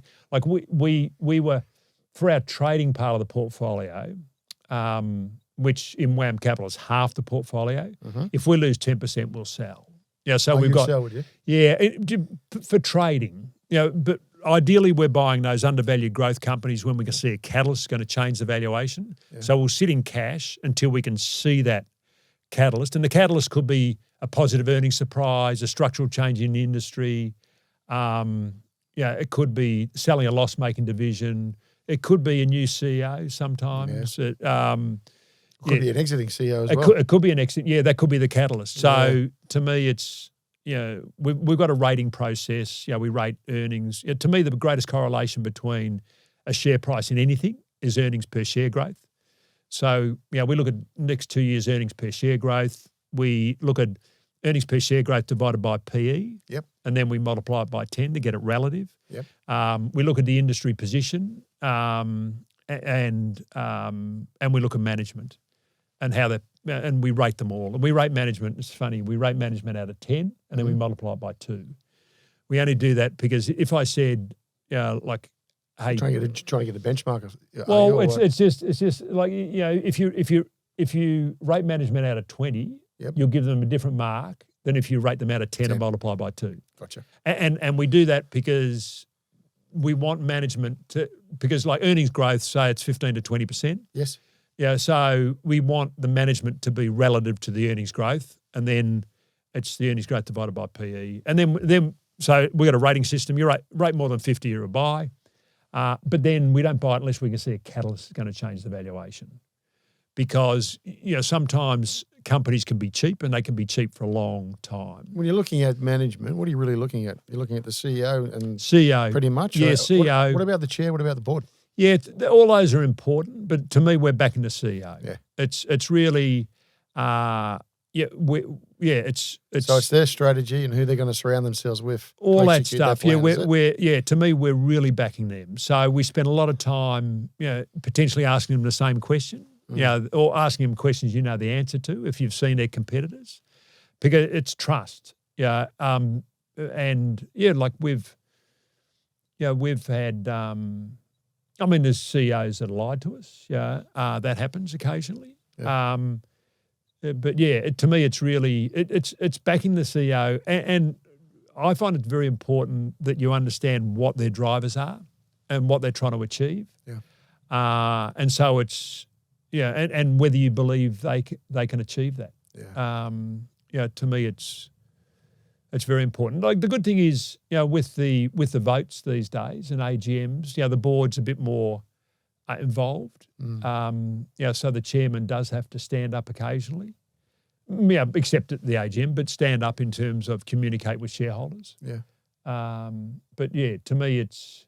What would you like to see change in terms of how the structure of the leadership and the comp? I comment a lot about the compositions of boards and the lack of P&L pedigree in those boards, or CEOs in the boardroom. It's light on. Yeah. To me, unfortunately, there's a lot of people on boards that don't have that public company experience. Yep. And they don't understand sort of the dynamics of the market. And to me, it would nearly be. It's nearly like if there are more fund managers that when they retire, they've got to go and be on 2 or 3 boards. Yep. Because a lot of times the boards think they are there because other people on the boards put them there. And that's probably why they might have got there, but it's really shareholders. And they've really got to make sure they've got a really strong shareholder lens. And so whatever they do is in shareholders' interests. And one thing that really frustrates me is when boards do stupid things for shareholders. I talked about listed investment companies, our little space. You'll get sometimes a board will raise some money below NTA. Well, and if everyone can't participate in that, then the people that don't participate are getting diluted. That's right. So that's not fair. But are you taking the view of the retail shareholder over to oppose? I know that the numbers would be the same on that. Yeah. But I'm surprised sometimes by, I guess, the influence of the institutional, which own quite a large sum. Yes. Right? Yes. And you sit back and look at the pedigree in some of these executive teams like you do. Yes. It's our job. Yes. And the boardroom. And you think, well, that person's failed 3 times in every other organisation they've been in. Or the case is just like we're talking about today. You can see it. You can see a train wreck happening. Yes. Why aren't the instos calling it out? Yeah, well, it depends how they call it out. See, to me, what initially that they may well be calling it out, but in private. You'd probably say, look, the question back to me would be, okay, Geoff, if that's the case, then why, in terms of what's happening on this unrealised gains, why aren't you having a conversation, with Treasury and the government in private? We've asked to have that conversation, but they won't. But also, I suppose, to put maximum pressure on them, then you need to do it in public. And see, to me, I think the first conversations probably occur in private. Yeah. And if they have big positions, like you might never see the institution, you might never see their anger in terms of in the paper, because it's probably only in the end desperation that the company isn't listening. So ideally it would be behind closed doors and, hey, look, we don't agree with what you're doing XYZ. Are you concerned by the activism, if you want to put it that way? I think it's good. Okay, hold it. Yeah, but of the super funds. Oh, as in the failure of the activism of the super funds? Yeah, probably. And then you got the proxy guys Yeah, as well. the proxy. But to me, one of the positive things is that, well, one of the positive things is we do have social media.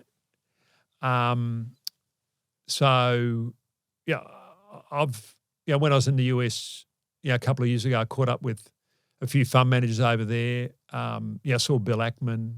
He was the one. He convinced me to tweet, which I really hadn't been a tweeter before then. So, but I've done a little bit. He said he's going to raise $20 billion. I said, how are you going to raise it? He's just going to tweet. He ended up not raising the money. But for activism, social media sort of does work. What was the other part of the question? Well, I'm just worried about the influence of the superannuation funds. Yeah, the big union and funds. some of the agendas being led. And, some of their particular stances against Correct. Which I may well and truly change. But it could be, yeah. And aren't they supposed to best represent the membership and at the end of the day give the membership the best return? 100%. I mean, one of the positive things is you've got a lot more boutique fund managers. You've got in an Australian context, like when I started back in 1980 in the market, there weren't. It was, well, you didn't have to be that big to be an institutional fund manager. I think I was at Scottish Amicable and we had $70 million in the fund. But to me, it's the passive money. Is, obviously they really haven't got much, passive, there's not a voice there. Yeah. That's a bit of a worry. And also, the union funds and the industry funds, closing down the debate is a worry. Yeah. So to me, they're things that have got to be watched. And the unfortunate thing is maybe this is the current government's strategy is what we want. We want to get rid of I talked about the 7.7 million Australians that own at least one share outside their super fund. Maybe they want them to all disappear and to put them all in one fund. And so then it's a lot easier or put it all into super funds. Yeah. Like they've tried. Yeah. They're pushing us down to super fund. Well, and the self-managed super funds back in 2018, 2019. Yep. The franking, if you're in an industry fund, you kept the franking, and if you're in a self-managed super fund, you lost it. Yeah. So it was a direct. Labor was trying to destroy self-managed super funds back then. Yep. What have they done the last? They're supposed, in theory, deal with the Greens. Who knows whether it was a real deal or was a set-up job? Stopped Australian, self-managed super funds from gearing into, residential property. So where if you're an industry fund, you can do that. Yep. So in terms of if all the money can go to the industry funds or the union funds, yes, or big organisations, then it's a lot easier to control them. Of course it is. Very very simple way to. And the other thing too, I guess, we're seeing the rise of the big private equity houses coming in to this country. Yeah. And if I see the decline, which you've outlined earlier, of potentially the ASX, am I going to see an enormous play here by PE coming in with plenty of capital to offer at a reasonable rate? Yeah, I think so. You'll keep seeing, and you'll see more. 100%. You'll see more PE. Like historically, PE have done unlisted. Yes. You'll see more PE doing listed. Taking them off the market. Taking them off the market. Yep. And they might. They might take them off the market here in Australia, package them up and sell them, part of a global consolidation play. Who knows? But there's already relative value in Australia in mids and smalls because of what the government has done with, was it My Super, that one that makes all the big funds index. Yes. So no one's, money to go for mid and small companies. It's not worth taking the risk. My Super, My Future, I think. That's negative for that. So, to me, it's, unfortunately, it's I think it's going to be a tough road ahead for a number of, as an investor, to me, there's the great thing about the equity market is there's always opportunities. So, the mids and smalls get cheap, then if they're all going to get, a lot of them are going to get taken over, by PE or by global guys. Yep. There's opportunities there, but it's sad, really disappointing for the growth of Australians, the capital markets. Yeah. What's wrong with the Australian psyche? What happened to the old thing when we grew up? Get up, get out and have a go. Have a go. Well, that's the problem. I mean, what's wrong with having a go? I think supporting someone taking that risk. And I think it's all there. I think it's still there. And I've spoken to a lot of people, and they want to have a go. Unfortunately, it's just what has happened in this budget has really sort of turned everything upside down. What have you learned about running outside of being an investor? Yes. Which you do day in, day out. Yes. What's it like running a business? Oh, I'm a terrible manager. I think you've done pretty well. Or someone's doing pretty well. Or you surround yourself with good people. Then. Yeah. Come on, it's good quality. Yeah, it's all about good quality people. Like to me, it's the quality of the individuals. That's what you're backing. Now, I remember Matthew Kidman being sort of my first. I was senior partner, junior partner, but my first major employee. Yep. Matthew didn't have. Was a journalist, but did a law degree first. So, he was a high quality individual. Yep. And but a bit of a novice in actually doing investing. But could learn. Yeah. And so you took a bit of a risk there. Yeah. And smart, calculated, but and now our Kate Thorley, our current CEO, she came in. Was it 20 years ago? I think. On the accounting side, and she's grown through there. But to me, employ really good people and make sure they manage everyone else. Okay. Not me. What's the legacy you want to leave? Now, the reason I ask that, I've read a bit about you. You've got the future generation. Yeah. Can you just talk us a bit about the other things you're doing? That's pretty exciting. Well, come on. What's it about? Yeah. Future Generation, we've got Future Generation Australian, Future Generation Global. They're two listed investment companies, and they've got assets of a little under 600 million each. And they give away 1% of their assets to charity. And one is children at risk and one is youth mental health. So, so 6 million each. Yeah. So that's 12 million, 11 to 12 million a year. Yeah, wow. Goes to charities. We've been going a little over 10 years, and we've given $100 million to charities in Australia. And this is all possible because they're fund of funds, so the actual fund managers manage the money. We've got the best and the brightest fund managers, and they manage the money for free.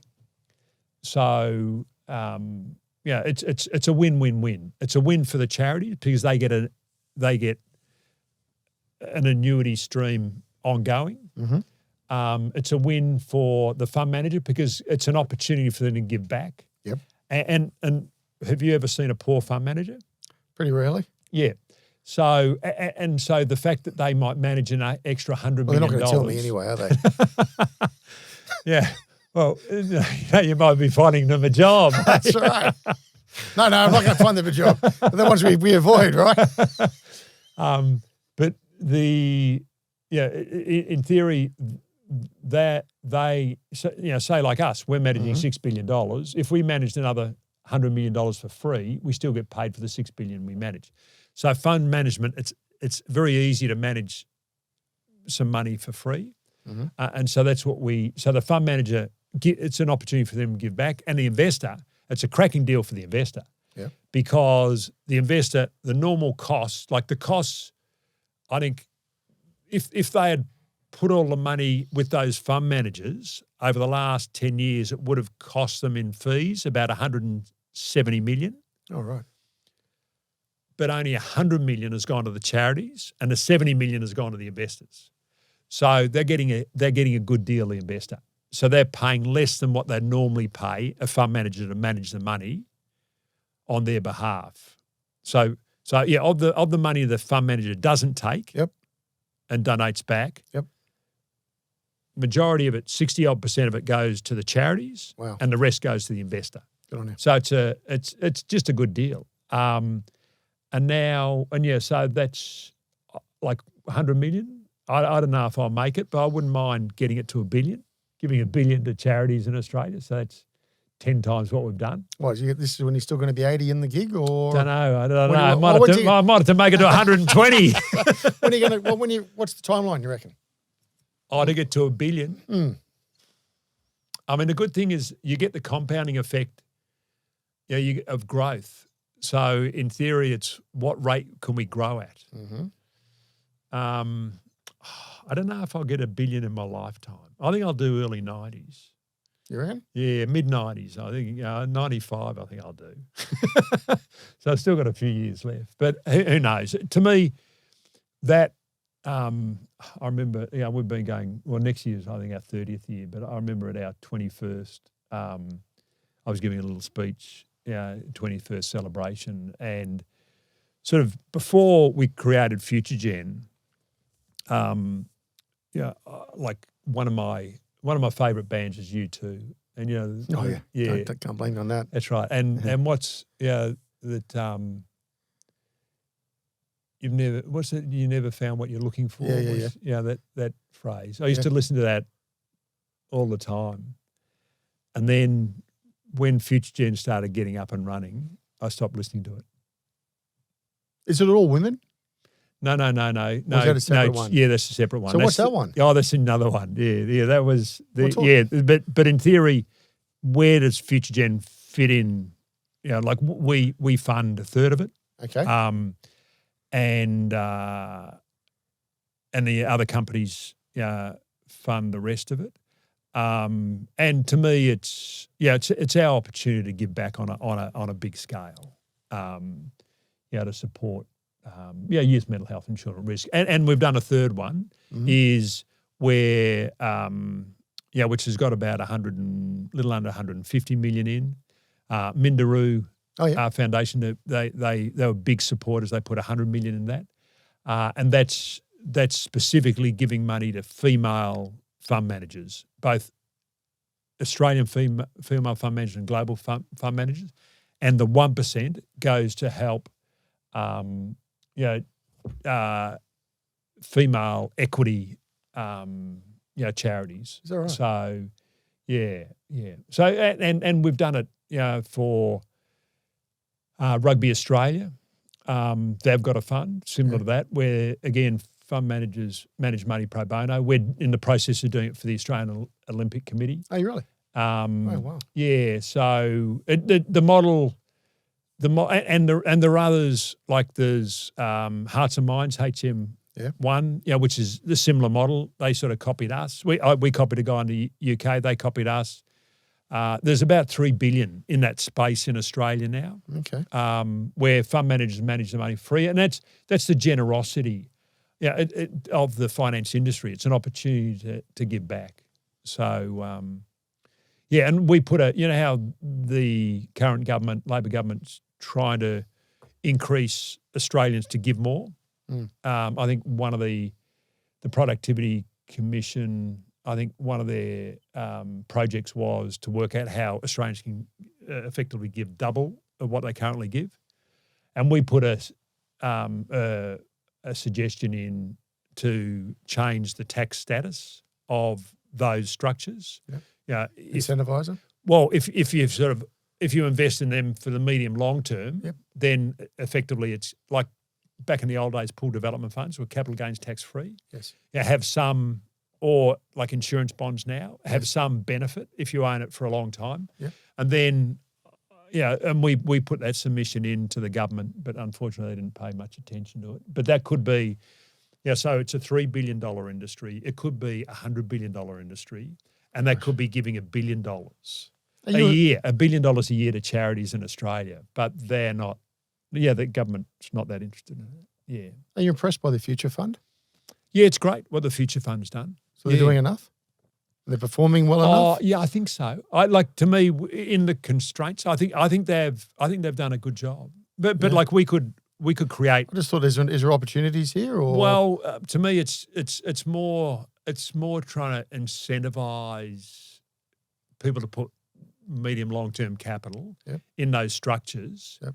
we can get the other side. We can get the fund managers. We can get 100 billion of capacity for free. Yep. Because there's trillions of dollars being managed. So yeah, to me, it was a real opportunity that it's unfortunate the government didn't take up.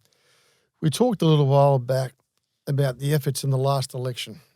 Oh yeah, the last election or the one before the last election? Yeah, The one 2 where- elections ago. Yeah, two elections. Yeah, sorry. Oh, two back elections ago. in 2019. When Bill or was yes, going for the run. Yes. And it came undone, a large part due to you being quite voiceful, I guess. On franking, yeah. Yes. Yeah. If I'm the Prime Minister and the Treasurer, Yes. what do you think I'm thinking about you at the moment? Am I worried at all? They should be. Yeah. Why? They should be. Why? Was this like just going to talk a game and I'm going to play him off against the old class action, the class mentality, rich versus poor, Yeah. the haves and the have-nots. We'll Yeah. do that game again, which they do Yeah, over well, and over and over. Yeah. Oh, you're just a fat cat in that sense, right? Aren't we? No, but because we can't Yes. talk profit, we Yes. can't talk growth, we can't talk Yes. entrepreneurism. Yes. We're going to bring you. Am I going to bring you? Like, am I going to get rattled? As in, are they going to get rattled? Yeah. Oh, I think they're already rattled. I think I'm living rent-free in both their heads. I mean, they both talked about me. Yeah, I mean, to me, it was one of the most bizarre things that, as I said last week, Jim Chalmers in Question Time is talking about the coalition and saying that you right-wing parties, and what you do is you decide what to do. You listen to what Gina Reinhart and Geoff Wilson tell you. Geez, I feel honoured. I don't know Gina, but I feel honoured to be put in that same category. But what a strange comment. And so, I think I'm already living rent-free there. Okay, you're rent-free there. And so, to me, we learned a lot back in 2018, 2019 was the first time. Now, that was just pre-election, remember? Yeah. Now, Albanese could call an early election too. He could, but I suppose like anything, you do the form on a company or a horse. How's it performed historically? Yeah.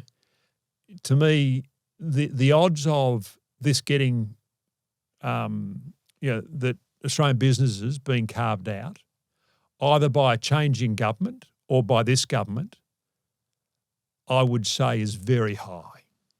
I know I don't want to get your expectations up. It's only very high if everyone who's affected stands up. If everyone who's affected doesn't and just leaves, then it's going to be disappointing for Australia. But So is stand-up voting day, or what sort of form of stand-ups do you want? Always, or any way they can. Understand clearly how it's going to impact them. Talk to their partners. Talk to their parents. Talk to their friends. Talk to their children. One of the big things back in 2018-19, I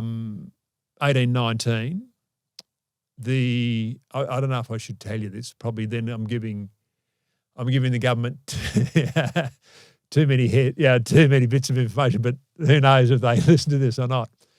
There was about 1 million people that were impacted, and it was really having to explain to people how illogical that tax was, because back then you could have 4 people, and they could all be in their 70s, and one who had their money in a self-managed super fund would lose the franking. Yep. The other person the same age had an industry fund, keeps the franking. Yep. The other person went on the pension, the government pension, on the 28th of March 2018, kept the franking. Another one that went on the pension a couple of days later, because that's the day they announced it, around then, lost the franking. Okay. It was just illogical. Yep. Yeah, they all could have exactly the same amount of money. And it was grossly illogical. But it was a complex thing to explain franking. Yeah. It was really complex. And it was only when it was distilled down to the retirement tax that I think people got it. In terms of, but that was only 1 million people. And it impacted, but I think a lot of them, were the older people. That's right. That had their money in self-managed super funds. And I think 2 weeks before the 2 weeks before the election was Mother's Day. I think everyone was sitting around the table at Mother's Day and the mothers explained what's going to happen. I think 100% right, actually. Yeah. And that was like I remember the night of the election, Shorten was paying, I think, $1.20 to win for $1. And ScoMo, he was $6. And I said to my wife, I want to watch a Netflix movie. I got no interest in this election because Bill Shorten's going to win and this terrible franking thing is going to happen. And sort of, I don't know, I got a text midway through the movie and the rest is history. But a week ago, I was waiting in a queue to pay for something and there were two mothers, probably in their early 40s, standing behind me waiting to pay. And I said, look, what do you think about the budget? And they said, what budget? I said, oh, look, the federal budget, a couple of months ago. Yep. And this is what they said to me. They said, things are tough enough as it is. What about our children? And spot on.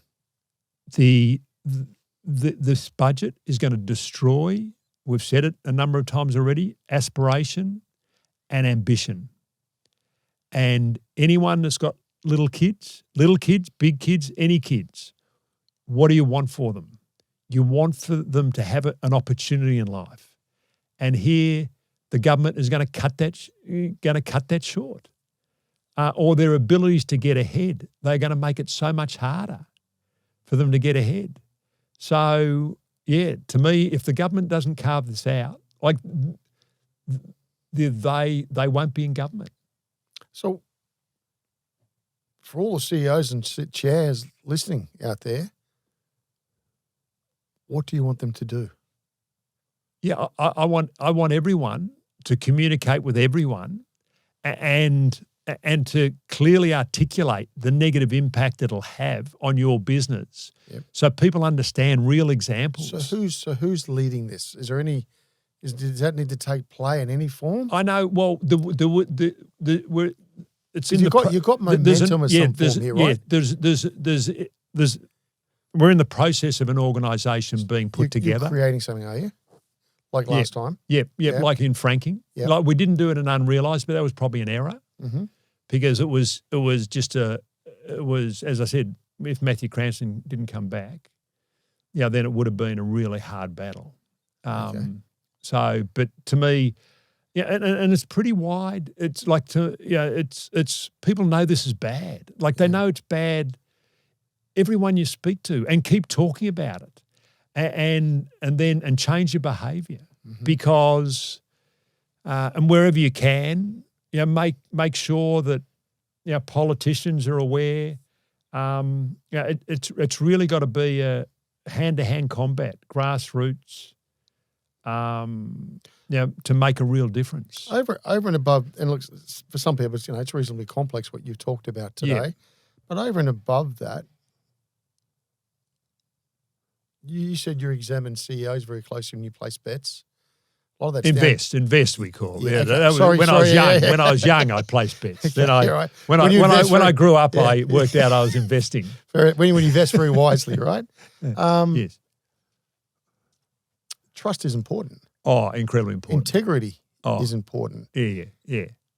I'd never invest. The CEO of Australia, the Prime Minister of Australia, has been caught out. Yeah. Now, over and above just the complexity, which is probably not that, no. You just rammed it home very nicely how bad it's going to hurt every young child or young adult. What about the absolute un-Australian Yep. standing back looking at Correct. being lied to. Yeah, I've only been lied to a couple of CEOs, and I mean they were good liars. I would never. I mean, if I'm lied to someone, you're never going to invest with them again.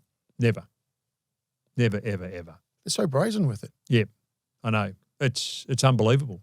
Yeah, I don't know whether they've just picked up bad habits from what Donald Trump thinks he can do anything and say anything, and it's just in terms of ethics, equity. It's. What's the message then you want to leave for all the people out there, Geoff? With the opportunity today, what do you want to say to everybody out there?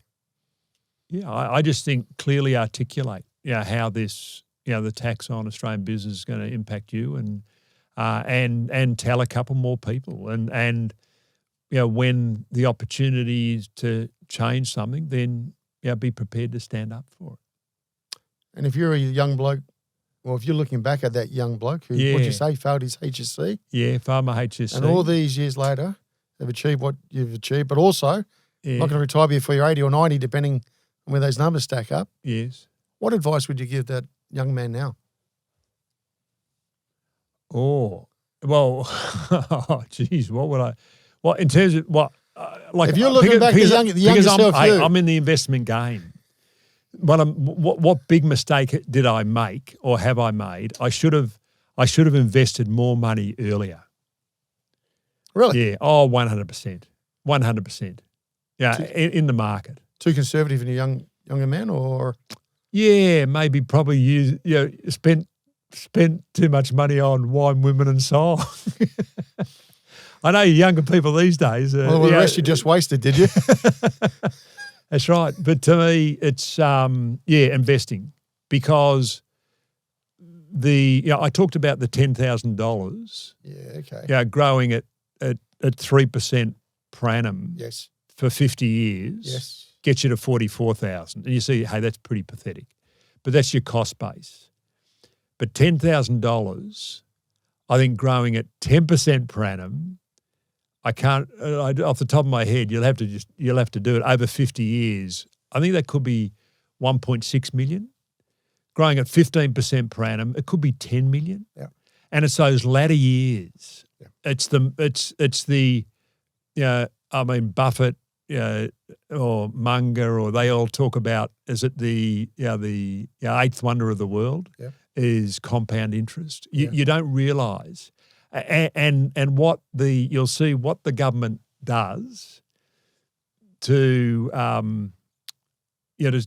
show people that they're indexing over really short periods of time, so it doesn't look as though there's much difference. Yeah, in terms of this is we're going from the capital gains tax from half the marginal tax rate, but indexing your cost base and your average growth. But when you do it over a very short period of time, there's not much difference. Yeah. But when you do it over a long period of time, like there's a lot of difference between 44,000 and 10 million. Absolutely. Hey, can I just a very, very last question. Based on the information you're receiving at the moment, what's the young person really thinking about in their future? And has the One Nation just come about as a result of I'm against everything else I'm hearing, and it's just a vote for something else? Or look, what's your play on? What are you seeing there? I think that's the One Nation. Yeah, to me, like I've had enough of the traditional parties. I'm done with it. I've been lied to. Yeah, I don't trust them. But hey, I just want to I want something new, and I think that's where One Nation is turned up. And what was the other part of the also question? Based on that number, your compound growth. Yes. Is investing a clean word now, or a dirty word, or? Well, it's how you do it. In theory, it's how you structure it. I mean, first of all, but what I'm worried about is the thinking of capitalism in this 100%. country. 100%. Oh, yeah. To me, it's really disappointing that's where we may be going. With a bit of luck, we're only going there for a short period of time, a couple of years, and then Australian businesses and Australian shares will be carved out. And that's either by a new government. Yeah. We are both like One Nation and the Liberals have both said that they'll get rid of it. Yes. Or it's the current government realising that, what a disaster it will be for them, and they want to stay in government. Geoff, if there are people out there listening they're going to be listening pretty soon. Yes. And they want to contact you or want to learn more about what's happening or get a view or maybe come to a discussion or something in that sense. Yeah. What do you want done? Yeah, the easiest way is to go to the Wilson Asset Management website and sign a petition, because we're putting a submission into the Productivity Commission tomorrow, and we're going to send that. Like, we're communicating. They're the people that have said, hey, we want to stand with you on capital gains tax. So we know they're the ones we'll communicate all the time. When the Senate was on, we had for the people that weren't invited to the Senate, we booked a room beside the Senate. Oh, did you? Yeah, at the Masonic Centre here. Yep. And we had our own, we invited 4:00 the night before. We said we just sent the email out to the people had signed a petition. 100 people turned up the next day. And we had 4 experts, myself and 3 other experts that weren't invited, economists, ex-Treasury, and we sort of all gave a little presentation. And then the interesting thing is, and you'll hear, if you sign up the petition, you'll hear more about this. We're going to do more on this. Yep. But the interesting thing was, then we said, look, are there any questions or any comments anyone want to make? And the first gentleman stood up. New to Australia, had come from South Africa. Yes. Been here for a while, 2 young boys, ex-accountant, retired, never been political in his life, had a 3-page document of how angry he was, how he'd been lied to, what a negative step this was for Australia.